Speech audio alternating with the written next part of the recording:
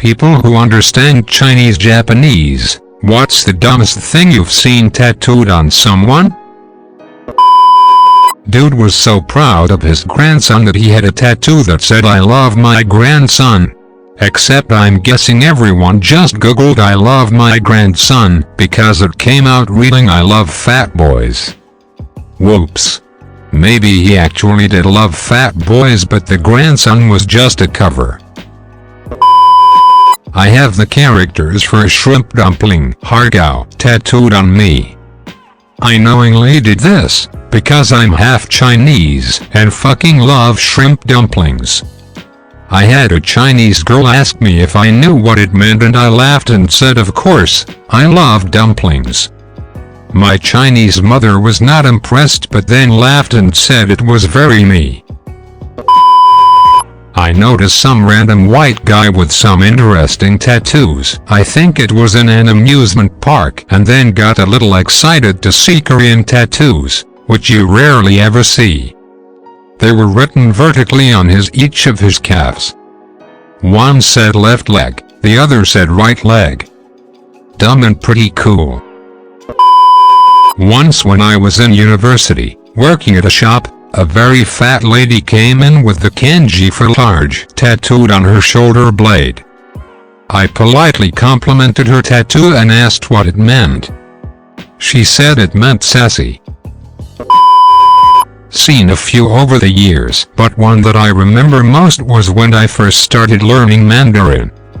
The guy had a tattoo on the back of his leg that proudly said which means beef. Oh, he was going for calf.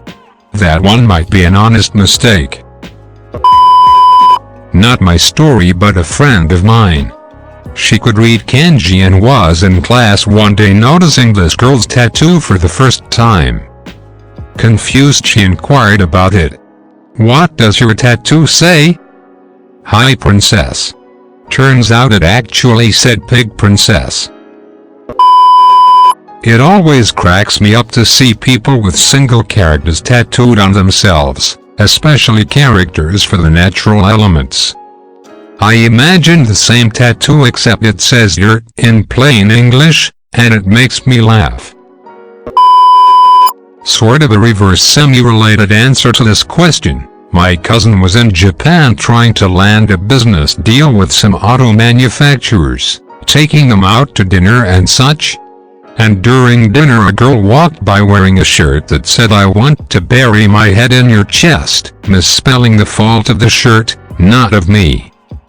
He laughed like a donkey breathing Joker gas, and had to fumble trying to explain to these old Japanese dudes what was so funny. Eventually, when his Japanese wasn't up to snuff enough to explain either the act or the misspelling, he settled for miming the action with a pair of invisible breasts. The Japanese dudes instantly understood that, and thought it was hilarious. It apparently made the rest of the business negotiations run much more smoothly. Took Mandarin in high school.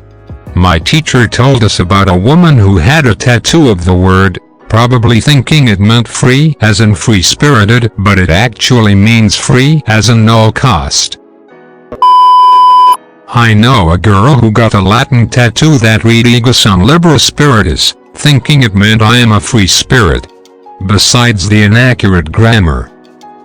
Spiritus in Latin is a false cognate. The Latin word for a spirit is animus, while spiritus means breath, so her tattoo translated literally to "I am a free breather." Don't get a tattoo in a language you don't understand, especially one with a notoriously complicated grammar. I speak Mandarin, and it works both ways. Here is one in reverse. On the beach in Taiwan I saw a huge, and I mean huge, ripped Taiwanese guy walking on the beach in Hualien with his girlfriend. On his back in black Gothic letters, flanked by swords, was the phrase, "Slaw dude." Told him it was an interesting choice and tattoo. Store behind it. Turned out he thought he was getting a tattoo that said swordsman. When he found out what it actually said, well, wouldn't want to be that artist. Not the circumstances in the question, but still similar. My mom used to work as an ophthalmic tech. The doctors gave the techs free rein when it came to scrubs, so my mom and her friends always had really fun scrubs and clogs. One set had some Chinese characters all over them. After work one day, her and her work friends all got dinner, and while they were waiting to be seated, a Chinese family came in and was behind them. The father got a kick out of the scrubs because they were just a random mix of words. My mom said he was pointing them out to her like this one means shoes, and so on. Her friends were dying laughing, and while my mom thought it was super funny too, she stopped wearing those scrubs. A lot of women have written on them. For some reason they think having the word woman written in Japanese adds some sort of mystical feminine power to it, when in reality people most often associate it with a bathroom door. Imagine seeing Japanese women walking around with woman tattooed on themselves. On top of that, the kanji is often written rather sloppily, like something a 5-year-old would write, rather than elegant script.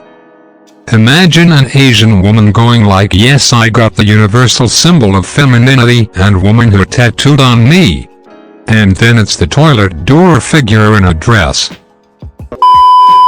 I don't speak Japanese nor Chinese, but I once had an art academy colleague who had 2 kanjis she had tattooed on each shoulder, and she believed they meant eternal happiness or something, because she saw them in a book at a flea market.